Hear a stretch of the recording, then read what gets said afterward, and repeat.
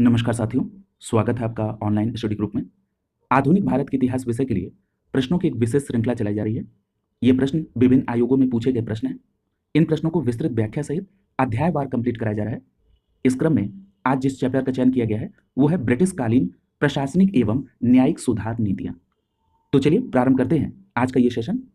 आज का सबसे पहला प्रश्न है कि ब्रिटिश भारतीय चिकित्सा सेवा अर्थात जिसको आप शॉर्ट फॉर्म में IMS कहते हैं, अर्थात ब्रिटिश इंडियन मेडिकल सर्विस, इसके संदर्भ में नीचे कुछ कथन दिए गए हैं, उनमें से कौन सा कथन सही नहीं है। प्रश्न को ध्यान से पढ़ेंगे। पूछा जा रहा है कि IMS के बारे में कौन सा कथन सही नहीं है। सबसे पहला स्टेटमेंट है कि IMS की स्थापना 1764 को हुई, अर्थात इसका प्रारंभ 1764 को हुआ। तो ये बात बिल्कुल सही है।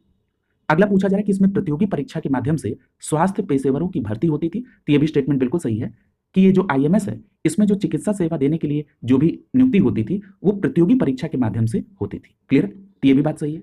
अगला स्टेटमेंट कह रहा है कि IMS में भारतीयों को कभी प्रवेश नहीं दिया गया था। तो याद रखिएगा ये स्टेटमेंट गलत हो जाएगा।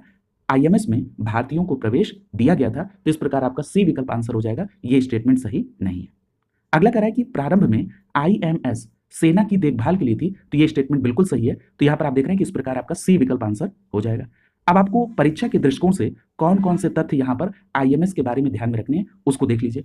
सबसे पहली बात आप ये ध्यान में रखिएगा कि जो ब्रिटिश भारतीय चिकित्सा सेवा है इसकी शुरुआत 1764 में हुई थी, पहली बात।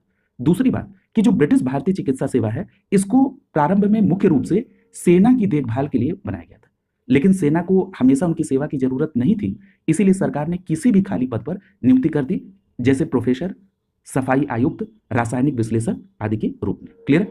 यहां पर जो दूसरी बात आपको ध्यान में रखनी है कि 1853 में IMS में परीक्षाओं के माध्यम से भर्ती की जाने लगी थी। क्लियर? और इस IMS में भारतीयों को भी प्रवेश दिया गया था। इतनी बातें आपको ध्यान में रखनी है। अगला प्रश्न देखिए। पूछा जा रहा है कि 18वीं शताब्दी के उत्तरार्ध में किसे प्रायः कंपनी बहादुर की शान शौकत का स्थानीय प्रतिनिधि कहा जाता था। तो याद रखिएगा यहां पर आपका सही जवाब होगा विकल्प बी, दरोगा। क्लियर? तो याद रखेंगे यहां पर आपका बी विकल्प आंसर हो जाएगा। 18वीं शताब्दी के उत्तरार्ध में दरोगा को कंपनी बहादुर की शान शौकत का स्थानीय प्रतिनिधि कहा जाता था। क्लियर? तो यहां पर आपका बी विकल्प आंसर हो जाएगा। यहां पर याद रखिएगा कि कार्नवालिस के द्वारा प्रशासनिक सुधार के अंतर्गत जिलों को 400 वर्ग क्षेत्र में विभाजित कर दिया गया था, और जो ग्रामीण क्षेत्र थे उसमें जमींदारों के पुलिस अधिकार को समाप्त कर दिया गया, और अंग्रेज जो दंडनायक थे यानी मजिस्ट्रेट थे उनको जिले के पुलिस का कार्यभार दे दिया गया था, और प्रत्येक क्षेत्र में एक दरोगा और उसकी सहायता के लिए पुलिस कर्मचारियों की नियुक्ति की गई थी। अगर मुगल काल में कोतवाल की बात करें तो ये नगर के पुलिस के प्रधान के रूप में कार्य करते थे, जबकि जो जमींदार थे वो भूस्वामी होते थे। क्लियर? तो ये बात स्पष्ट हो गई कि 18वीं शताब्दी के उत्तरार्ध में कंपनी बहादुर की शान शौकत का स्थानीय प्रतिनिधि किसे कहा जाता था? दरोगा। क्लियर? ये बात स्पष्ट हो गई। देखिए यहाँ पर कार्नवालिस के संदर्भ में चर्चा हुई है, तो जो कार्नवालिस के समय में जो भी कुछ नीतियां बनी जो परीक्षा के दृष्टिकोण से महत्वपूर्ण है, जरा उसको यहाँ पर कोरिलेट करिए। सबसे पहले आपको यह पता होना चाहिए कि कार्नवालिस का कार्यकाल कब तक था। तो याद रखिएगा कार्नवालिस 1786 से 1793 तक था। कब तक था? 1786 से 1793 तक कार्नवालिस का समय था। क्लियर?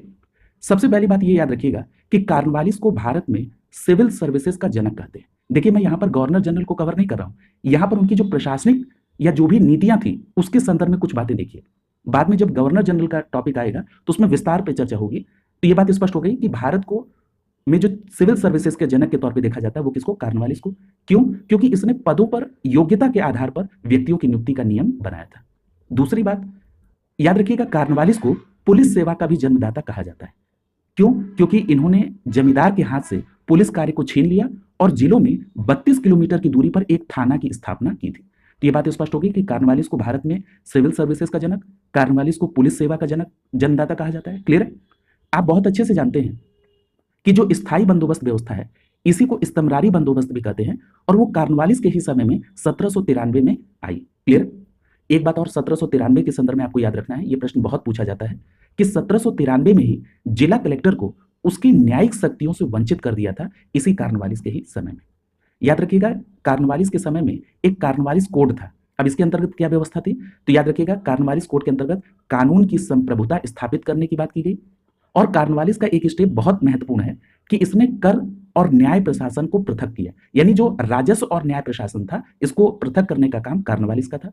याद रखिएगा कार्नवालिस दास व्यापार पर रोक लगाना इसी के समय में, और दास व्यापार पर रोक कब लगा? 1789 में। कब लगा? 1789 में। तो ये सारी बातें आपको ध्यान में रखनी है। और आप यहाँ पर कार्नवालिस के बारे में एक फैक्ट जानते हैं कि इसकी समाधि गाजीपुर में। क्लियर? तो ये सारी बातें आप ध्यान में रखिएगा। अगला देखिए,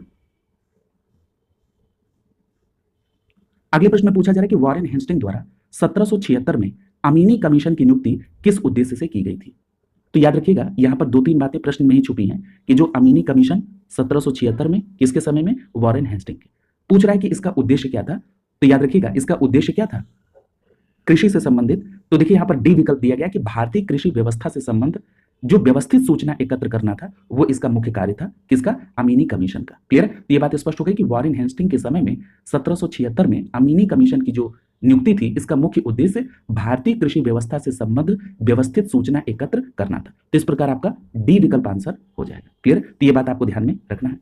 देखिए जो वॉरेन हेस्टिंग है इसने पंचवर्षीय इजारा प्रणाली के असफल होने पर भूमि के सही आकलन और इजारेदारों के हिसाब की विस्तृत जांच करने और रैयतों की सुरक्षा संबंधित समस्याओं के विशेष समाधान के लिए 1776 में अमीनी कमीशन की नियुक्ति की थी। रैयत का मतलब किसान होता है। क्लियर? तो ये बात स्पष्ट हो गई।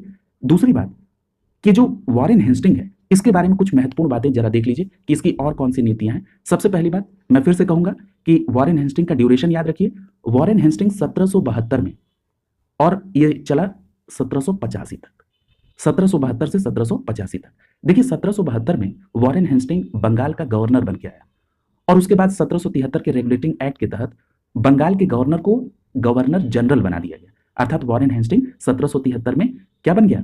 बंगाल का पहला गवर्नर जनरल बन गया। क्लियर? तो ये बात याद रखेंगे। प्रश्न यहां से पूछा जाता है आपसे कि बंगाल का अंतिम गवर्नर तो वॉरेन हेस्टिंग और बंगाल का पहला गवर्नर जनरल कौन था? तो वॉरेन हेस्टिंग। क्लियर? ये बात स्पष्ट हो गई।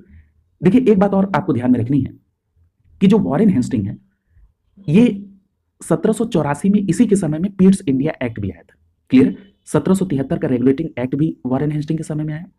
याद रखिएगा क्लाइव के द्वारा जो बंगाल में द्वैत शासन प्रणाली लगाई गई थी उसको समाप्त करने वाला यही वॉरेन हेस्टिंग है। इसने 1772 में उसको समाप्त कर दिया। एक बात और याद रखिएगा कि 1773 के ही रेगुलेटिंग एक्ट के तहत कलकत्ता में सर्वोच्च न्यायालय की स्थापना भी वॉरेन हेस्टिंग के ही समय में हुई थी। आगे आप डिटेल में देखेंगे कि जो कलकत्ता में उच्चतम न्यायालय की स्थापना हुई। अच्छा यहां पर 2 बातें आपको ध्यान में रखनी है कि जो कलकत्ता में उच्चतम न्यायालय की स्थापना हुई वो 1773 के रेगुलेटिंग एक्ट के तहत हुई, लेकिन स्थापना कब हुई? 1774 में। क्लियर? इसमें मुख्य न्यायाधीश एलिजा इम्पे और 3 अन्य न्यायाधीश थे जिसमें चैम्बर्स, लेमेंस्टर और हाइट। क्लियर? तो इन नामों को भी आपको ध्यान में रखना है। यहां पर एक बात और याद रखिएगा कि जो ब्रिटिश लैंड रेवेन्यू कलेक्टर है इस पद का जो सृजन है वो भी वॉरेन हेस्टिंग के समय में हुआ था। तो ये बात याद रखेंगे कि ब्रिटिश लैंड रेवेन्यू कलेक्टर पद की नियुक्ति किसके समय में? वॉरेन हेस्टिंग के समय में। याद रखिएगा अभी आपने देखा कि कार्नवालिस भारत में सिविल सर्विसेज का जनक, कार्नवालिस पुलिस सेवा का जन्मदाता। याद रखिएगा अगर आपसे पूछा जाए कि न्यायिक सेवा का जनक कौन है तो याद रखिएगा वॉरेन हेस्टिंग। याद रखिएगा भारत में हेस्टिंग न्यायिक सेवा का जनक कहा जाता है और इसने प्रत्येक जिले में दीवानी और फौजदारी न्यायालय की स्थापना की थी। क्लियर? तो ये सारी बातें याद रखेंगे। और पूर्व में आपने वॉरेन हेस्टिंग के बारे में कुछ बातें पढ़ी हैं। अगर मैं आपको संक्षिप्त में बस केवल रिकॉल करा दूं तो आपने देखा है कि यही वो वॉरेन हेस्टिंग है जिसके ऊपर बर्क ने महाभियोग का मुकदमा कायम किया था। आपने प्रथम आंग्ल मराठा युद्ध जो 1775 से 82 के बीच में हुआ वो भी वॉरेन हेस्टिंग के समय। द्वितीय आंग्ल मैसूर युद्ध की अगर हम बात कर लें जो कि 1780 से 84 के बीच में वो भी वॉरेन हेस्टिंग के समय में। मैं जो भी तथ्य आपको कोरिलेट करा रहा हूं आप पेपर उठा के देख लीजिए, निश्चित रूप से इसी के इर्द गिर्द आपको प्रश्न दिखाई देंगे क्योंकि ये बिल्कुल सेलेक्टेड फैक्ट है जो परीक्षा के दृष्टिकोण से बहुत महत्वपूर्ण है। इसी तरह अभी आपने कार्नवालिस को कवर किया। कार्नवालिस के समय में आपने क्या देखा था कि जो तृतीय आंग्ल मैसूर युद्ध हुआ था 1790 से 1792 के बीच में जिसमें टीपू सुल्तान हारा था और श्रीरंगपट्टनम की संधि हुई थी वो कार्नवालिस के समय में हुआ था। क्लियर? तो इन बातों को भी आप ध्यान में देते हुए चलेंगे। क्लियर? तो यहाँ पर आपने वॉरेन हेस्टिंग के संदर्भ में जो भी महत्वपूर्ण बातें थी वो यहाँ पर कवर कर ली। अगले प्रश्न की तरफ चलिए। पूछा जा रहा है कि 1793 में बंगाल रेगुलेशन का विशिष्ट लक्षण क्या था? यहां पर सबसे पहला स्टेटमेंट दिया गया है कि उसमें सर्वोच्च न्यायालय की स्थापना का उपबंध था। तो देखिए ये स्टेटमेंट तो गलत हो जाएगा। अभी आपने पढ़ा कि 1773 के रेगुलेटिंग एक्ट के तहत कलकत्ता में सर्वोच्च न्यायालय की स्थापना हुई थी और ये स्थापना कब हुई? 1774 में। तो ये तो गलत हो गया। अगला कह रहा है कि उसमें अंग्रेजी विधि का प्रयोग केवल अंग्रेजों के लिए सीमित हो गया था। ये भी बात यहाँ पर गलत है। अगर हम अगला स्टेटमेंट देखें तो कह रहा है कि उसमें हिंदुओं और मुसलमानों की स्वीकृत विधियों को भी स्थान दिया गया था। तो ये स्टेटमेंट बिल्कुल सही है। तो इस प्रकार आपका सी विकल्प सही हो जाएगा। याद रखिएगा जो बंगाल का रेगुलेशन एक्ट 1793 था इसमें हिंदुओं पर हिंदुओं की विधि और मुसलमानों पर मुस्लिम विधि लागू करने का प्रावधान किया गया था। तो ये बात यहां पर बिल्कुल सही है, तो सी विकल्प आपका आंसर हो जाएगा। और अगला करा कि विधि आयोग, तो आप जानते हैं कि भारत में जो विधि आयोग वो 1834 में, क्लियर, तो ये होगा नहीं, तो यहां पर आपका सी विकल्प आंसर हो जाएगा। अब देखिए इसमें आपको कौन कौन सी बातें ध्यान में रखनी है। सबसे पहली बात कि जो बंगाल रेगुलेशन एक्ट था वो 1793, और इसमें हिंदू और मुसलमानों की स्वीकृत विधियों को मान्यता दी गई थी, अर्थात सुधार शक्तियों के पृथक्करण पर आधारित था। इस एक्ट में हिंदुओं पर हिंदू विधि और मुसलमानों पर मुस्लिम विधि लागू होती थी। यहां पर एक बात और याद रखिएगा कि अभी हमने आपको ये बात बता दी कि सर्वोच्च न्यायालय की स्थापना 1773 के रेगुलेटिंग एक्ट के तहत वॉरेन हेस्टिंग के समय में ये बातें हो चुकी हैं। यहां पर देखिए विधि आयोग की बात हुई है, तो मैंने आपसे कहा था कि 1834 में विधि आयोग और गवर्नर जनरल की परिषद में एक विधि सदस्य की नियुक्ति 1833 के चार्टर एक्ट के द्वारा की गई थी, और जो पहले विधि सदस्य थे वो कौन थे? मैकाले। यहां पर अब ये बात समझने की आवश्यकता है कि जो 1835 का चार्टर एक्ट था वो किसके समय में आया था? तो याद रखिएगा लॉर्ड विलियम बेंटिंग के समय में ये चार्टर एक्ट आया था 1833। फिर ये प्रश्न उठता है कि लॉर्ड विलियम बेंटिंग का कार्यकाल कब से कब तक था? तो याद रखिएगा 1828 से। ये बातें आपको ध्यान में रखनी है, कई प्रश्न इससे सॉल्व होंगे आपके। 1828 से लेकर 1835 तक। अगर गवर्नर जनरल का कालानुक्रम व्यवस्थित करने के लिए पूछते तब भी आप इसको कर ले जाएंगे। 1828 से 1835 तक, इसी के समय में 1833 का चार्टर एक्ट आया, और इसी चार्टर एक्ट के द्वारा बंगाल के गवर्नर जनरल को भारत का गवर्नर जनरल बनाया गया। इस प्रकार आप ये कहेंगे कि भारत का पहला गवर्नर जनरल कौन हुआ? Lord William Bentinck. ये बात स्पष्ट हो गई। दूसरी बात जो ध्यान में रखनी है कि इसके समय में जो स्थिति थी उस आधार पर आप ये कह सकते हैं कि लॉर्ड विलियम बेंटिंग का जो समय था ये शांति और सुधार का युग था, क्लियर। दूसरी बात कि जो सबसे महत्वपूर्ण बात हुई इसके समय में, बेंटिंग के समय में, कि नौकरियों में भारतीयों को उच्च स्थान प्रदान किया गया। याद रखिएगा सती प्रथा का निषेध हो 1829, वो भी बेंटिंग के समय में। कर्नल स्लीमैन के माध्यम से ठगी प्रथा का अंत 1830, ये भी इसी के। दास प्रथा का अंत 1832, बेंटिंग के समय में, क्लियर। याद रखिएगा 1835 में मैकाले का जो स्मरण पत्र था, या जो शिक्षा के माध्यम से, शिक्षा का जो माध्यम अंग्रेजी स्वीकृत करने की बात थी, वो भी किसके समय में? लॉर्ड विलियम बेंटिंग के समय में, क्लियर। तो ये बातें आपको ध्यान में रखनी है। अगले प्रश्न की तरफ चलते हैं। अगले प्रश्न में पूछा जा रहा है कि भारत में उपनिवेशी शासन के संदर्भ में 1883 में इल्बर्ट बिल का उद्देश्य क्या था? तो देखिए सबसे पहली बात तो आपको ये स्पष्ट हो गई कि इल्बर्ट बिल कब का है? 1883 का। देखिए इल्बर्ट बिल के बारे में एक बात ध्यान रखिएगा कि इसमें प्रावधान किया गया था कि यूरोपियों के विरुद्ध भारतीय न्यायाधीशों द्वारा मुकदमे की सुनवाई की जा सकती है, क्लियर। अब देखिए पहला स्टेटमेंट क्या लिख रहा है कि जहां तक अदालतों की दांडिक अधिकारिता का संबंध है, भारतीय और यूरोपीय लोगों को बराबरी पर लाना, ये स्टेटमेंट बिल्कुल सही है। ये इल्बर्ट बिल का उद्देश्य था जो कि 1883 से संबंधित है, क्लियर। तो यहां पर एक बात स्पष्ट हो गई, ए विकल्प आपका आंसर हो जाएगा। देखिए अब आपको कौन कौन सी बातें यहां पर ध्यान में रखनी है। अगर हम बात कर लें सर पीसी इल्बर्ट की, तो ये वायसराय की जो परिषद है उसमें विधि सदस्य थे। याद रखिएगा इन्होंने भारतीय और यूरोपीय पदाधिकारियों के बीच में जो द्वेष और भेदभाव की भावना थी उसको दूर करने के लिए विधेयक पेश किया था, और चूंकि इनके द्वारा प्रपोजल दिया गया था इसीलिए इसका नाम पड़ गया इल्बर्ट बिल, क्लियर। अगर हम इसके मूल उद्देश्य की बात कर लें तो इसमें जाति भेद पर आधारित सभी न्यायिक अयोग्यताओं को समाप्त करके भारतीय और यूरोपीय न्यायाधीशों को समान शक्ति देना इस बिल का मूल उद्देश्य था, ठीक है। तो मूल बात आप जान गए कि इल्बर्ट बिल 1883, इसमें यूरोपियों के विरुद्ध भारतीय न्यायाधीशों द्वारा मुकदमे की सुनवाई का प्रावधान किया गया था। याद रखिएगा जब इस बात की सूचना यूरोपीय लोगों को लगी तो उन्होंने इसका विरोध किया, इसीलिए इसको श्वेत क्रांति की भी संज्ञा दी जाती है, क्लियर। तो ये बात आप ध्यान में रखिएगा। अच्छा यहां पर कुछ बातें और आपको ध्यान में रखनी होंगी, लेकिन उसके पहले एक बात और ध्यान रखिएगा कि इस बिल का जब विरोध हुआ तो अंत में इस बिल को वापस ले लिया गया था, क्लियर। अब यहां पर कुछ बातें आपको ध्यान में रखनी ये है कि ये जो इल्बर्ट बिल आया था ये किसके समय में आया था? तो याद रखिएगा ये लॉर्ड रिपन के समय में आया था, और रिपन का शासनकाल है 1880 से लेकर 1884, 1880 से लेकर 1884। याद रखिएगा रिपन के समय में जो कुछ और कार्य हुए उसको भी जरा यहां पर कोरिलेट करिए। जैसे 1881 में जो पहला कारखाना अधिनियम है वो लॉर्ड रिपन के समय में।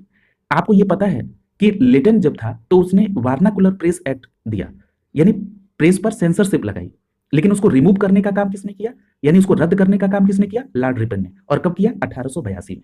तो याद रखिएगा 1882 में वार्नाकुलर प्रेस एक्ट को रद्द किया रिपन के द्वारा। इसी तरह याद रखिएगा स्थानीय स्वशासन की शुरुआत 1882 में इसी लॉर्ड रिपन के द्वारा किया गया था, और 1881 में जो भारत की सर्वप्रथम नियमित जनगणना है उसकी भी शुरुआत किसके समय में? रिपन के समय में। तो ये सारी बातें आप रिपन के संदर्भ में, इसके प्रयासों, इसके समय में जो नीतियां बनी उसके संदर्भ में आपको ध्यान में रखना है। अगला पूछा जा रहा है कि इल्बर्ट विधेयक जो 1883 है उसके संदर्भ में यहां पर कौन सा स्टेटमेंट सही है? तो देखिए अब तो आप इसको आसानी से कर ले जाएंगे। सबसे पहले लिखा है कि इसने सीमित दांडिक अधिकारिता भारतीय अधिकारियों को प्रदान करने का प्रस्ताव दिया था। तो ये बात सही है कि इसमें भारतीय अधिकारियों को ये प्रावधान मिला था कि वो यूरोपीय के विरुद्ध मुकदमे की सुनवाई कर सकते हैं।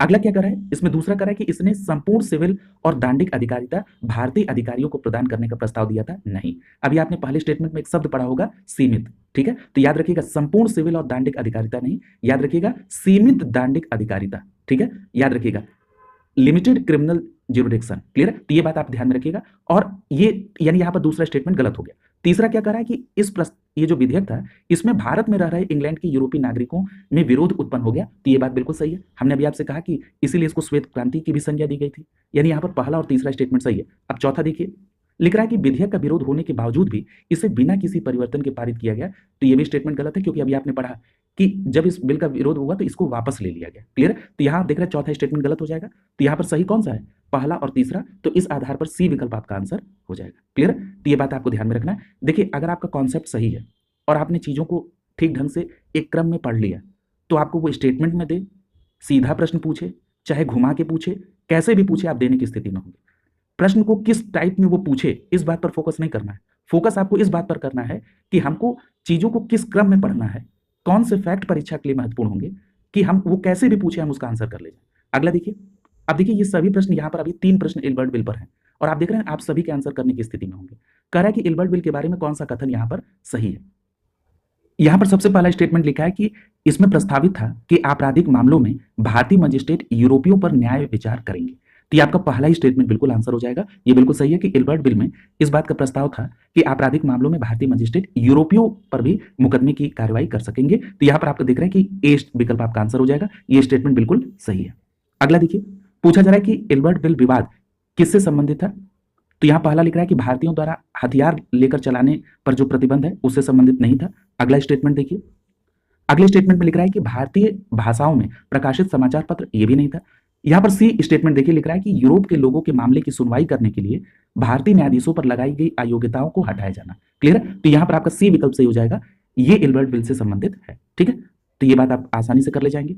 अगला प्रश्न देखिए, पूछा जा रहा है कि शिक्षा पर मैकाले के विवरण के अतिरिक्त एक अन्य महत्वपूर्ण मसौदे का श्रेय भी उनको दिया गया है, निम्नलिखित में से उस मसौदे की पहचान करिए। अब देखिए ये जो प्रश्न आपसे पूछा गया, इस प्रश्न को पूछने में थोड़ा तरीका बदला गया है।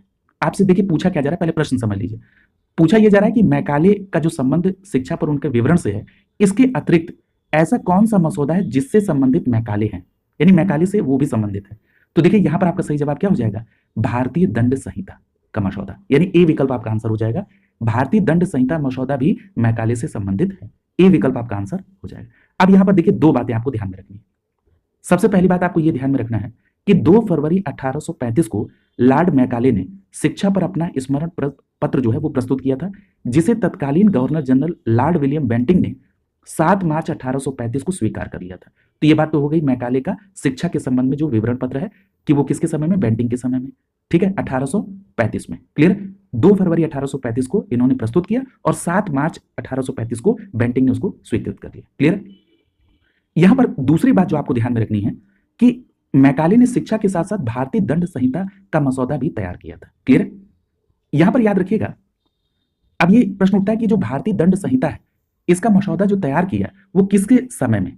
तो याद रखिएगा मैकाले द्वारा ये जो निरूपित इंडियन पैनल कोड है ये 1860 में पारित हुआ और 1 जनवरी 1861 में भारतीय दंड संहिता लागू की गई। क्लियर, और देखिए आप कह रहे हैं 1861 और 1861 के समय में कौन था, Lord Canning. Clear, Lord Canning का समय कब से कब तक है, 1865 1856 से, मैं मेंशन कर दे रहा हूं 1856 से लेकर 62 तक। क्लियर, तो यानी ये जो आप देख रहे हैं इंडियन पैनल कोड के बारे में, ये लॉर्ड कैनिंग के समय में, लेकिन इस मसौदे को निरूपित किसने किया, बनाया मैकाले के द्वारा। क्लियर, यहां पर एक बात और याद रखिएगा, लॉर्ड कैनिंग के समय में कुछ और काम हुए। क्या क्या, याद रखिएगा CrPC, code of criminal procedure, code of criminal procedure CrPC, ये भी 1861 में पारित किया गया। किसके समय में, लॉर्ड कैनिंग के समय में। याद रखिएगा 1861 में ही, कैनिंग के समय में ही इंडियन उच्च न्यायालय अधिनियम भी पारित हुआ था। ठीक है, और बाद में फिर आप देखेंगे कि बंबई, कलकत्ता और मद्रास में उच्च न्यायालय की स्थापना हुई। क्लियर, तो ये सारी बातें आपको ध्यान में रखना है। यानी इंडियन पैनल कोड के बारे में बात हो, सिविल प्रोसीजर कोड के बारे में बात हो या कोड ऑफ क्रिमिनल प्रोसीजर यानी सीआरपीसी की बात हो, ये सभी किसके समय में? कैनिंग के समय में। और ये इसकी चर्चा वर्तमान समय में हो भी रही है। इसको हो सकता है कि आपकी स्टैटिक पार्ट से कोरिलेट कर दे। क्लियर? तो इस बात को आप ध्यान में रखेंगे। और अगर पूछा जाए कि इंडियन उच्च न्यायालय अधिनियम, तो वो भी कैनिंग के ही समय में 1861 में। क्लियर? तो ये बात स्पष्ट हो गई। जरा कैनिंग के समय में की कुछ और बातें देख लीजिए। सबसे पहली बात ये ध्यान में रखिएगा कि 1858 के विक्टोरिया की उद्घोषणा के बाद कुछ बदलाव हुए, जैसे व्यक्तिगत सिद्धांत को समाप्त किया गया और ब्रिटिश क्राउन के तहत अब भारत के वायसराय की नियुक्ति हुई। और याद रखिएगा, भारत का पहला वायसराय कौन बना? Lord Canning. क्लियर? और अगर पूछा जाए कि कंपनी के शासन के अधीन नियुक्त अंतिम गवर्नर जनरल कौन था, तब आपका जवाब होगा लॉर्ड कैनिंग। क्लियर? तो ये बात स्पष्ट हो गई। यहां पर याद रखिएगा, अगर पूछा जाए कि विधवा पुनर्विवाह अधिनियम 1856, विधवा पुनर्विवाह अधिनियम 1856, इसकी धारा 15 के तहत याद रखिएगा विधवा विवाह को जो कानूनी मान्यता मिली वो भी किसके समय में? कैनिंग के समय में। क्लियर? याद रखिएगा, महालेखा परीक्षक का जो पद का सृजन है वो भी कैनिंग के ही समय में हुआ। क्लियर? तो ये सारी बातें आपको कैनिंग के समय की ध्यान में रखनी है। क्लियर? ये बात है। और एक बात और याद रखिएगा कि 1861 के भारत परिषद अधिनियम के तहत वायसराय की कार्यकारी परिषद में एक 5वां सदस्य विधि विशेषज्ञ इसमें सम्मिलित किया गया। क्लियर? तो ये सारी बातें आपको ध्यान में रखनी है। क्लियर? अगला देखिए, अगला प्रश्न आपसे पूछा जा रहा है कि भारत के निम्नलिखित वायसरायों में किसके कार्यकाल में Indian penal code, civil procedure code और क्रिमिनल प्रोसीजर कोड पारित हुआ था? तब आप इसको बहुत आसानी से कर पाएंगे। किसके समय में? कैनिंग के समय में। तो ए विकल्प आपका आंसर हो जाएगा। क्लियर? अगला प्रश्न देखिए, अगले प्रश्न में पूछा जा रहा है कि परिसीमा कानून जो ब्रिटिश के द्वारा 1859 में पारित किया गया, निम्नलिखित में से किस विषय को संबोधित करता है? यानी आपको देखना है कि जो परिसीमा कानून है 1859, ये किससे संबंधित है? तो यहां पर एक बात ध्यान रखिएगा कि जो किसान है यानी जो रैयतदार हैं, इनके मध्य जो हस्तांतरित ऋण अनुबंध थे, उनकी वैधता केवल 3 वर्ष के लिए होगी, ये इस बात में निर्धारित था। यानी यहां पर आपका बी विकल्प आंसर हो जाएगा। क्लियर? यहां पर आपका बी विकल्प आंसर होगा। यहां पर ध्यान रखिएगा जरा, सबसे पहली बात की जो परिसीमा कानून है वो कब से संबंधित है? 1859। इसके तहत जो ऋणदाता है यानी जो साहूकार है और जो रैयत यानी किसान जो है, इनके बीच में जो हस्तांतरित ऋण पत्र है वो केवल 3 वर्ष के लिए मान्य होगा। इस बात को इसमें डिसाइड किया गया। ठीक है, ये बात आपको इसमें ध्यान में रखना है। अगला देखिए, अगला प्रश्न पूछा जा रहा है कि निम्नलिखित में से भारत में प्रथम नगर निगम कहां पर स्थापित हुआ? यानी पहला नगर निगम कहां पर स्थापित हुआ? आपका सही जवाब होगा विकल्प बी, मद्रास में। क्लियर? यानी पहला नगर निगम भारत का मद्रास में। याद रखिएगा, 1688 ईस्वी में ईस्ट इंडिया कंपनी ने मद्रास में पहला नगर निगम स्थापित किया था। क्लियर? तो ये बात आपको ध्यान में रखनी है। अगला प्रश्न देखिए, पूछा जा रहा है कि किसकी अध्यक्षता में वह न्यायिक योजना बनी थी जिसके अंतर्गत बंगाल, बिहार और उड़ीसा को जिलों में बांटा गया था और प्रत्येक जिले को एक कलेक्टर के अधीन रखा गया था। अगर आपको याद हो तो मैंने वॉरेन हेस्टिंग के समय में आपसे बताया था कि ब्रिटिश लैंड रेवेन्यू कलेक्टर के पद का सृजन वॉरेन हेस्टिंग के समय में हुआ था। याद रखिएगा, इस प्रश्न का सही जवाब होगा विकल्प बी। वॉरेन हेस्टिंग की अध्यक्षता में वह न्यायिक योजना बनी थी जिसके अंतर्गत बंगाल, बिहार और उड़ीसा को जिलों में बांटा गया था और प्रत्येक जिले को एक कलेक्टर के अधीन रखा गया था। क्लियर? तो यहां पर आपका बी विकल्प सही हो जाएगा, वॉरेन हेस्टिंग। क्लियर? और 1772 में गठित सर्किट कमेटी के अंतर्गत। क्लियर? यहां पर एक बात और याद रखिएगा कि जो जिलों में कलेक्टर थे उन्हें कर निश्चित करने का अधिकार नहीं था। कानूनगो पुनः नियुक्त किए गए। सर्वोपरि निरीक्षण का कार्य कलकत्ता स्थित राजस्व समिति में था। यह समिति बंगाल में भूमि बंदोबस्त की योजना बनाने और उसको लागू करने के लिए बनाई गई थी। क्लियर? तो यह बात आपको ध्यान में रखना होगा वॉरेन हेस्टिंग के कार्यकाल के समय के अंतर्गत। क्लियर? अगला प्रश्न देखिए, पूछा जा रहा है कि निम्नलिखित कथनों पर विचार कीजिए और जो कथन सही है उनको फाइंड आउट करिए। सबसे पहला स्टेटमेंट लिख रहा है कि वॉरेन हेस्टिंग प्रथम गवर्नर जनरल थे जिन्होंने भारत में ब्रिटिश ढांचे पर आधारित एक नियमित पुलिस बल स्थापित किया था। अब देखिए, इस प्रश्न को आपको करने में कोई भी असुविधा नहीं आनी चाहिए, क्योंकि मैंने आपसे कह दिया था पुलिस बल की बात होगी तो सीधे सीधे कार्नवालिस को आप टिक कर लेंगे। क्लियर है? क्योंकि कार्नवालिस को पुलिस सेवा का जन्मदाता कहा जाता है। तो यहां पर करा वॉरेन हेस्टिंग, ये स्टेटमेंट गलत है। वॉरेन हेस्टिंग के संदर्भ में आपने क्या देखा था कि हेस्टिंग को न्यायिक सेवा का जनक कहा जाता है। अगला देखिए, पूछा जा रहा है कि 1773 के रेगुलेटिंग एक्ट के द्वारा कलकत्ता में उच्चतम न्यायालय की स्थापना की गई थी। यह बात बिल्कुल सही है और यह वॉरेन हेस्टिंग से भी संबंधित है। क्लियर? और स्थापना कब हुई? 1774 में। किसके द्वारा हुई? रेगुलेटिंग एक्ट 1773 के द्वारा। अगला कह रहा है कि भारतीय दंड संहिता 1860 में लागू हुई। क्लियर? तो यह भी बात बिल्कुल सही है कि जो भारतीय दंड संहिता वो 1860 में लागू हुई। किसके समय में? कैनिंग के समय में। क्लियर? तो यहां पर आप देख रहे हैं कि दूसरा और तीसरा ये दोनों स्टेटमेंट सही है। तो यहां पर आपका सही जवाब क्या होगा? विकल्प बी सही हो जाएगा। दूसरा और तीसरा स्टेटमेंट यहां पर सही है। देखिए, एक बात ध्यान में रखिएगा कि भारत में जो ब्रिटिश शासनकाल था उस समय नियमित पुलिस बल के गठन का जो श्रेय है वो किसको जाता है? कॉर्नवालिस को। याद रखिएगा, कॉर्नवालिस के संदर्भ में मैंने आपको दो बातें बताई हैं कि एक तो पुलिस सेवा का जन्मदाता और भारत में सिविल सर्विसेज का जनक कॉर्नवालिस को कहा जाता है। क्लियर? यहां पर एक बात और याद रखिएगा कि जो 1773 का रेगुलेटरी एक्ट था उसके तहत 1774 में कलकत्ता में उच्चतम न्यायालय की स्थापना हुई, ये आप जानते हैं। बात हो रही थी भारतीय दंड संहिता 1860 की, इस पे भी पूर्व में बात हो चुकी है कि ये कैनिंग के कार्यकाल में लागू हुआ था। देखिए, इसमें जो भी स्टेटमेंट थे वो सारे स्टेटमेंट या तो पूर्व के प्रश्न में आपने देखे या तो मैंने उसको जो कोरिलेट कराया था वो उससे संबंधित है। क्लियर? तो ये बात स्पष्ट हो गई। इसलिए कभी भी किसी भी प्रश्न को करिए उसको विस्तार में, जो उसका 360 डायमेंशन है उसको कवर करते हुए करिए, निश्चित रूप से आपका प्रश्न सही होगा। क्लियर? तो ये बात स्पष्ट हो गई। अगला देखिए, अगला प्रश्न आपसे कह रहा है कि यहां पर कथनों को आपको देखना है। कथन, दो कथन दिए गए हैं, उसके संदर्भ में यहां पर दिया गया है। आइए जरा प्रश्न को सबसे पहले देखते हैं कि प्रश्न क्या पूछा गया है, उससे संबंधित फिर कौन सा कथन सही है। यहां पर पहला स्टेटमेंट कह रहा है कि ब्रिटिश विधिवेत्ता प्रामाणिक मूल ग्रंथों के अधिनियमों को समझने के लिए भारतीय पंडितों और मौलवियों पर भरोसा करते थे। ये बात बिल्कुल सही है। क्लियर? याद रखिएगा, आपने पूर्व में भी ये पढ़ा है कि हिंदुओं पर हिंदू विधि और मुसलमानों पर मुस्लिम विधि का प्रयोग होता था। तो उन बातों को समझने के लिए जो ब्रिटिश विधिवेत्ता थे वो भारतीय पंडितों और मौलवियों पर भरोसा करते थे ताकि वो उन मूल ग्रंथों के अधिनियमों को समझ पाए। क्लियर? तो ये पहला स्टेटमेंट तो आपका बिल्कुल सही है।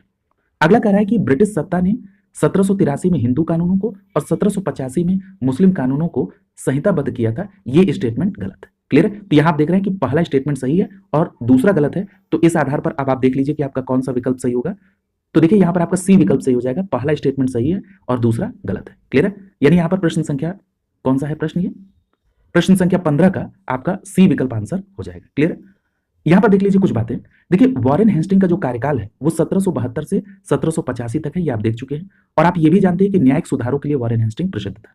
दूसरी बात कि वॉरेन हेस्टिंग ने 1772 में एक जिले में एक दीवानी, प्रत्येक जिले में एक दीवानी और एक फौजदारी अदालत की स्थापना की थी। ये भी बात आपने देखी थी। दीवानी अदालत का प्रधान कलेक्टर होता था जो भारतीय कर्मचारियों की सहायता से न्याय करता था। वही फौजदारी मामलों का प्रधान भारतीय होता था जो मौलवियों और मुफ्तियों की सहायता से फौजदारी अदालतों का कार्य देखता था। याद रखिएगा, दीवानी मामले उस समय जाति कानूनों यानी हिंदुओं के मामले में हिंदू कानून और मुसलमानों के मामले में मुस्लिम कानून पर तय होते थे और फौजदारी मामलों में मुस्लिम कानून को ही मान्यता प्रदान थी। क्लियर? ये बात आप समझ रहे हैं। यहां पर एक बात और आपको जो ध्यान में रखनी है कि वॉरेन हेस्टिंग ने हिंदू और मुस्लिम विधियों को भी एक पुस्तक के रूप में देने का प्रयास किया था। याद रखिएगा, 1776 में संस्कृत में एक पुस्तक कोड ऑफ जेंटू लॉ छपी और 1791 में विलियम जोन्स और कोलब्रुक की डाइजेस्ट ऑफ हिंदू लॉ छपी। क्लियर? और याद रखिएगा, साथ ही फतवा ए आलमगीरी का अंग्रेजी अनुवाद किया गया। क्लियर? तो ये बात आपको ध्यान में रखनी होगी। अगला देखिए, अगला प्रश्न आपसे पूछ रहा है कि 1793 में एक विनिमय द्वारा जिला कलेक्टर को उनकी न्यायिक शक्तियों से वंचित कर दिया गया और केवल संग्राहक अभिकर्ता बना दिया गया। ऐसे विनिमय का कारण क्या था? देखिए, मैंने आपको अभी पूर्व में ये बात बताई थी कि जब इनके बारे में सुधार हो रहा था कलेक्टर के बारे में, तो कॉर्नवालिस को यह महसूस हो रहा था कि अगर कलेक्टर के पास ही पूरी शक्ति दे दी जाए तो फिर वो उसका दुरुपयोग कर सकता है। तो उसने क्या किया कि इन जो कलेक्टर हैं, इन कलेक्टर से जो न्यायिक शक्तियां हैं वो उनको हटा दिया। क्लियर? तो ये बात हो गई। अब ये पूछ रहा है उसी के संदर्भ में, तो यहां पर पहला लिख रहा है कि कॉर्नवालिस ने महसूस किया था कि जिला कलेक्टर की राजस्व संग्रहण की दक्षता अन्य कार्यों के बोझ न रहने से बहुत अधिक बढ़ जाएगी। तो ये स्टेटमेंट सही नहीं है। अगला कह रहा है कि कॉर्नवालिस ने महसूस किया कि न्यायिक शक्ति अनिवार्य रूप से यूरोपियों के हाथ में होनी चाहिए। ये भी बात नहीं थी। अगला कह रहा है कि कॉर्नवालिस जिला कलेक्टर में संकेंद्रित इतनी विस्तृत शक्ति से सतर्क हो गया था और महसूस करता था कि एक व्यक्ति में इतनी परम शक्ति होना अवांछनीय है। ये बात बिल्कुल सही है। क्लियर? तो यहां पर आपका सी विकल्प आंसर हो जाएगा। क्लियर? तो ये बात आपको यहां पर ध्यान में रखनी है।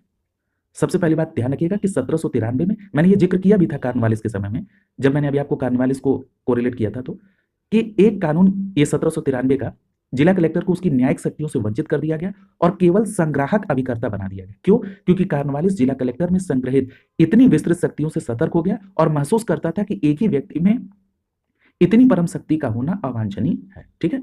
अगला देखिए, पूछा जा रहा है कि क्रिमिनल ट्राइब्स एक्ट सर्वप्रथम कब अधिनियमित हुआ था? तो याद रखिएगा, सबसे पहले ये कब अधिनियमित हुआ था? आपका सही जवाब होगा विकल्प सी, 1871 में। कब हुआ था? 1871 में। सी विकल्प आपका आंसर हो जाएगा। याद रखिएगा, भारत में क्रिमिनल ट्राइब्स एक्ट सबसे पहले ब्रिटिश शासन में 12 अक्टूबर 1871 को अधिनियमित हुआ था और ये अधिनियम उत्तर भारत में सर्वप्रथम बंगाल में 1876 में और उसके बाद 1911 में मद्रास प्रेसिडेंसी में लागू हुआ था। क्लियर? तो ये बात मुख्य रूप से ध्यान में रखेंगे, ये प्रश्न रिपीट हो सकता है। अगला देखिए, पूछा जा रहा है कि निम्नलिखित में से किस गवर्नर जनरल ने भारत की प्रसंविधाबद्ध सिविल सेवा का सृजन किया, जो कालांतर में भारतीय सिविल सेवा के नाम से जानी जाती है? तो यहाँ आपका सही जवाब क्या होगा? कार्नवालिस। क्लियर है? सी विकल्प आपका आंसर हो जाएगा। क्लियर है? चर्चा डिटेल में हो चुकी है।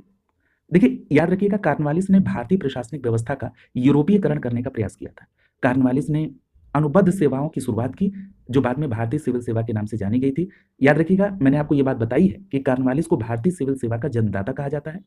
कार्नवालिस ने 4 भ्रमण करने वाले न्यायालय की स्थापना की थी।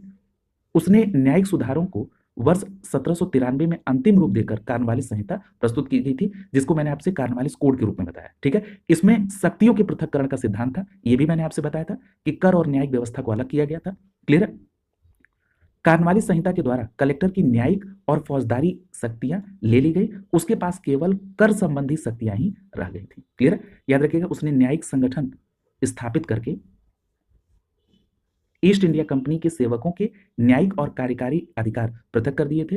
याद रखिएगा, कलकत्ता में सदर निजामत न्यायालय की स्थापना की, जो फौजदारी न्याय का सर्वोच्च न्यायालय था। यह भी बात आप ध्यान में रखिएगा। और कार्नवालिस के न्यायिक सुधारों में महत्वपूर्ण योगदान किसका था? तो याद रखिएगा, विलियम जोन्स का। क्लियर? तो यह बात आपको ध्यान में रखनी होगी। कलकत्ता में सदर निजामत न्यायालय की स्थापना की। यह किसका सर्वोच्च न्यायालय था? फौजदारी न्याय का। ठीक है?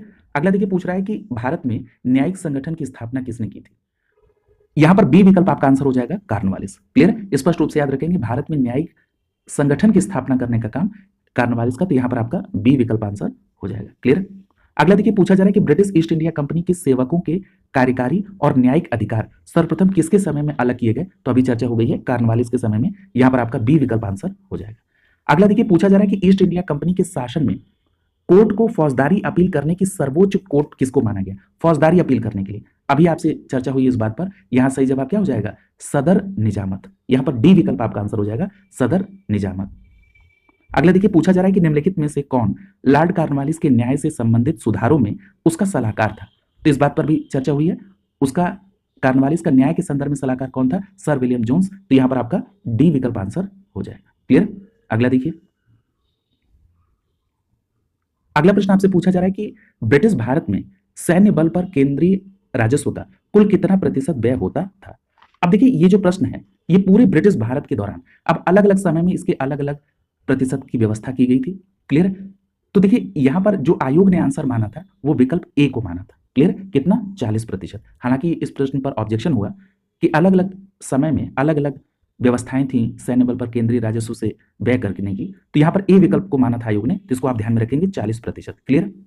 अब जैसे बात करें अगर हम बिपिन चंद्र के अनुसार, तो भारत में सैन्य बल पर कुल राजस्व का वर्ष 1904 में 52% खर्च होता था। वहीं सुमित सरकार के अनुसार 1881-82 में भारत सरकार के बजट का 41.9% व्यय होता था। 1891-92 में 45.2% व्यय होता था। 1904-05 में 51.9% सेना पर व्यय होता था।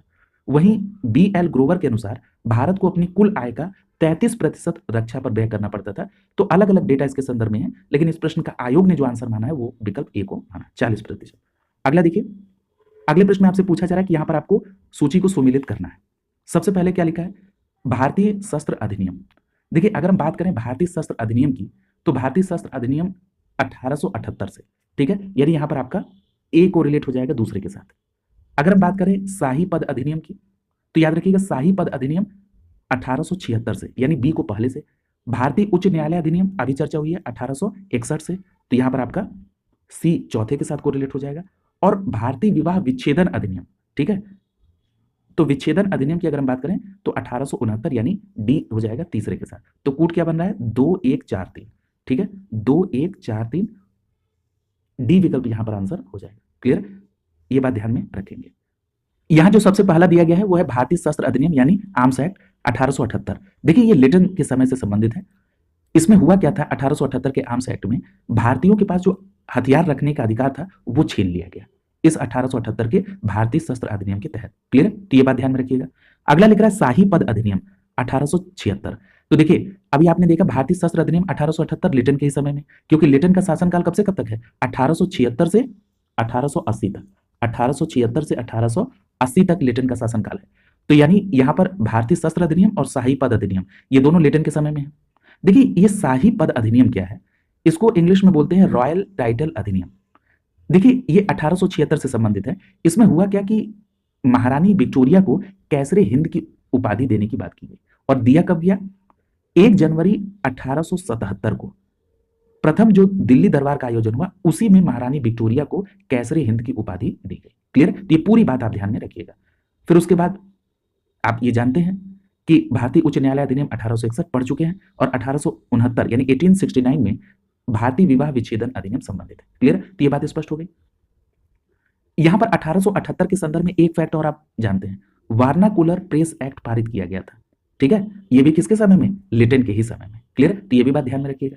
और आपको एक बात और मैं 1878 से कोरिलेट कर दूं कि अकाल आयोग इसी लिटन के समय में एक स्टैब्लिश हुआ था। किसके नेतृत्व में? रिचर्ड स्ट्रेची के नेतृत्व में। ये 3 बातें आपको 1878 से याद रखनी है। पहली, भारतीय शस्त्र अधिनियम। दूसरी, वार्नाकुलर प्रेस एक्ट पारित हुआ।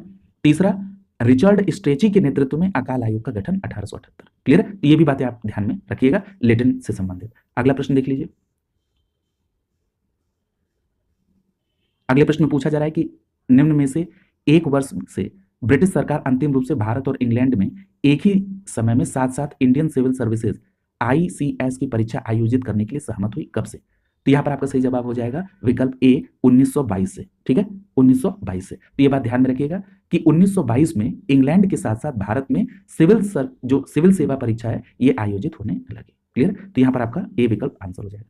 यहां एक बात ध्यान रखिएगा कि भारत सरकार अधिनियम 1919 के तहत भारत में सिविल सेवा परीक्षा आयोजित करने की मांग स्वीकार की गई। इसके तहत 1922 में इंग्लैंड के साथ साथ भारत में सिविल सेवा परीक्षा का आयोजन होने लगा। याद रखिएगा, भारत सरकार अधिनियम 1919 में भारत में लोक सेवा आयोग गठित करने का प्रावधान था। इसी के तहत ये स्थापित कब हुआ? 1926 में। क्लियर? तो ये भी बात आपको ध्यान में रखनी है। अगला देखिए, यहां पर अगले प्रश्न में आपको सूची को सुमिलित करना। यहां पर एक तरफ आयोग का नाम है और दूसरी तरफ अध्यक्ष का नाम है। अब जरा यहां पर देखिए, पहला लिखा है रेलवे आयोग। रेलवे आयोग 1901, इसकी अध्यक्षता किसके समय में हुई? तो यहां पर एक बात ध्यान रखिएगा कि रेलवे आयोग से संबंधित कौन है? तो यहां पर आपका सही जवाब हो जाएगा टॉमस रॉबर्टसन। कौन है? Thomas Robertson. अब देखिए कहां पर इनका नाम है, टॉमस रॉबर्टसन। ठीक है, यानी यहां पर जो आप चौथे पॉइंट में देख रहे हैं टॉमस रॉबर्टसन को, ये संबंधित होंगे रेलवे आयोग से। क्लियर? अगला देख लीजिए। अगला दिया हुआ है अकाल आयोग 1900। देखिए अकाल आयोग जो 1900 से संबंधित है, इसमें एंटनी मैकडोनल्ड से संबंधित है। ये कौन है? Antony McDonald. ठीक है, तो अब आइए यहां पर आप देखेंगे बी हो जाएगा पहले से संबंधित। ठीक है, यानी ये जो अकाल आयोग 1900 है ये एंटनी मैकडोनल्ड से संबंधित है। ठीक है, सिंचाई आयोग की अगर हम बात करें 1901 की, तो सिंचाई आयोग का संबंध किससे है? तो याद रखिएगा मैनक्रीफ से। यानी यहां पर आप दूसरे से संबंधित कर लेंगे सिंचाई आयोग को। ठीक है, कॉलिन स्कॉट मैनक्रीक। याद रखिएगा, कॉलिन स्कॉट मैनक्रीक ये सिंचाई आयोग से संबंधित हो जाए। क्लियर? ये इसके अध्यक्ष थे। अगला दिया हुआ है पुलिस सुधार। पुलिस सुधार 1902, ये किससे संबंधित है? Andrews Fraser. यानी यहां पर आप डी को सुमिलित कर देंगे तीसरे के साथ। क्लियर? तो ये आपने सभी को देख लिया। यहां पर जो सही जवाब होगा वो क्या होगा? विकल्प सी सही हो जाएगा आपका। ठीक है, यानी यहां पर जो कोड बनेगा वो 4123 का। आपने सभी ईयर को देख ही लिया है। यहां पर एक बात ध्यान रखिएगा कि जो भी आपने आयोग और अध्यक्ष देखे वो सभी आप देख रहे हैं कर्जन के समय के हैं। कर्जन का शासनकाल मैंने पहले भी आपसे कहा कि 1899 से 1905 के समय में, उसी के समय में ये नियुक्तियां हुई थी। अब यहां पर चार्ट के माध्यम से इसको जरा देख लीजिए। यहां पर सबसे पहला दिया है अकाल आयोग 1900। देखिए मैंने अभी आपसे अकाल आयोग को कोरिलेट किया था 1878 से, वो मैंने बताया था लिटन के समय में था और उसका नेतृत्व किसने किया था? Richard stretchy. वो भी ध्यान में रखिएगा। अगर हम बात करें अकाल आयोग 1900 की, तो इसकी अध्यक्षता किसने की थी? एंटनी मैकडोनल्ड ने। किसके समय में गठित हुआ था? कर्जन के समय। दूसरा दिया रेलवे आयोग 1901 और अध्यक्षता किया था किसने? टॉमस रॉबर्टसन ने। यहां पर एक बात आपको ध्यान में रखना होगा, ये 1901 से ये व्यवस्था प्रारंभ हुई थी, लेकिन अगर आपसे ये प्रश्न पूछा जाए कि रेलवे बोर्ड का गठन कब किया गया था, तो आपका जवाब होगा 1905 में। रेलवे बोर्ड का गठन 1905 में हुआ था और इसकी अध्यक्षता किसने की थी? रॉबर्टसन ने। क्लियर? तो ये बात आपको ध्यान में रखना होगा। देखिए आपको पता है कि वर्तमान समय में जो रेलवे बोर्ड के अध्यक्ष है इनका नाम सतीश कुमार है। इनका कार्यकाल कब खत्म होगा? 31 अगस्त 2025 को। इनसे पहले रेलवे बोर्ड की जो अध्यक्ष थी उनका नाम था जया वर्मा सिन्हा। याद रखिएगा, रेलवे बोर्ड की पहली महिला अध्यक्ष कौन? जया वर्मा सिन्हा। ठीक है, ये भी बात आप ध्यान में रखिएगा। ठीक है, अगला देखिए, पूछ रहा है सिंचाई आयोग 1901, ये सही है। किसकी अध्यक्षता थी? Colin Scott Moncrieff. ठीक है, कॉलिन स्कॉट मॉनक्रीफ। तो ये बात ध्यान में रखिएगा। पुलिस सुधार आयोग की बात करें 1902 में, किसकी अध्यक्षता में? Andrews Fraser. ठीक है, तो ये बात ध्यान में रखना है। देखिए ये जितने भी आयोग आप देख रहे हैं कर्जन के समय में, कर्जन के समय में एक फैक्ट और आपको ध्यान में रखना है, वो है 1904 का। याद रखिएगा प्राचीन स्मारक प्रतिरक्षण अधिनियम पारित हुआ। ठीक है, ये भी प्रश्न बहुत पूछा जाता है। याद रखिएगा प्राचीन स्मारक प्रतिरक्षण अधिनियम 1904 में पारित हुआ। किसके समय में? कर्जन के समय में। और ये भी पूछा जाता है कि पुरातत्व विभाग जो बना उसके निदेशक कौन बने? तो याद रखिएगा सर जॉन मार्शल। क्लियर? तो ये बात आपको ध्यान में रखनी है। ये बात आप सभी जानते ही हैं कि बंगाल विभाजन 1905 में, वो भी कर्जन के समय में हुआ था। एक बात और याद रखिएगा, पुलिस सेवा की से बात, ये बात ध्यान में आ रही है कि पुलिस सेवा के बारे में आपने देखा 1902 में। याद रखिएगा सीआईडी क्राइम की स्थापना 1903 में। ये भी बात ध्यान में रखिएगा। शिक्षा के संदर्भ में अगर हम बात कर लें, देखिए शिक्षा के संदर्भ में एक फैक्ट ध्यान में आपको रखना है कि 1901 में, याद रखिएगा 1901 में शिमला में शिक्षाविदों का एक सम्मेलन बुलाया गया। किसके समय में? कर्जन के समय में। ठीक है, कहां पर बुलाया गया शिक्षाविदों का सम्मेलन? शिमला में। उसके बाद 1902 में टॉमस रैले की अध्यक्षता में विश्वविद्यालय आयोग की स्थापना हुई। तो विश्वविद्यालय आयोग की स्थापना कब हुई? 1902 में। किसकी अध्यक्षता में? टॉमस रैले की अध्यक्षता में। और ये सब किसके कार्यकाल में हो रहा है? कर्जन के कार्यकाल में। क्लियर है? और फिर बाद में आप देखते हैं कि इसी टॉमस रैले की जो ये कमेटी है विश्वविद्यालय आयोग की, इसी के रिकमेंडेशन पर 1904 में भारतीय विश्वविद्यालय कानून बना। ये भारतीय विश्वविद्यालय कानून कब बना? 1904 में। ये पूरी बात आप एक सीक्वेंस में ध्यान में रखेंगे। क्लियर है? इसी तरह एक घटना और इससे कोरिलेट करिए। 1905 में, 1905 में ध्यान में रखिएगा पूसा कृषि अनुसंधान संस्थान की स्थापना हुई। किसके समय में? कर्जन के समय में। क्लियर? तो ये भी बात ध्यान में रखिएगा। एक बात और मैं आपको कोरिलेट कराना चाहूँ, जब ये आया कर्जन 1899 में, बात कर रहे हैं 1899 की। 1899 में इंडियन करेंसी अधिनियम पारित हुआ। कब? 1899 में। याद रखिएगा पाउंड को भारतीय जो कानूनी मुद्रा है वो घोषित किया गया। किसको? पाउंड को। और एक पाउंड बराबर कितने रुपए थे? 15 रुपए। ये भी बात आपको ध्यान में रखनी होगी। क्लियर? तो ये फैक्ट परीक्षा के दृष्टिकोण से बहुत महत्वपूर्ण है। यहाँ अपने कर्जन के समय में जो भी महत्वपूर्ण आयोग थे, जो भी अधिनियम थे, वो भी सारे देख लिए। क्लियर? आगे देखिए। इस प्रकार ये चैप्टर जो था वो आपका कंप्लीट हो गया। अगला जो चैप्टर रहेगा वो होगा ब्रिटिश कालीन आर्थिक नीति एवं भारतीय अर्थव्यवस्था पर उसके प्रभाव। अगली क्लास में यहीं से कंटिन्यू करेंगे। शुभकामनाओं के साथ आप सभी का बहुत बहुत धन्यवाद।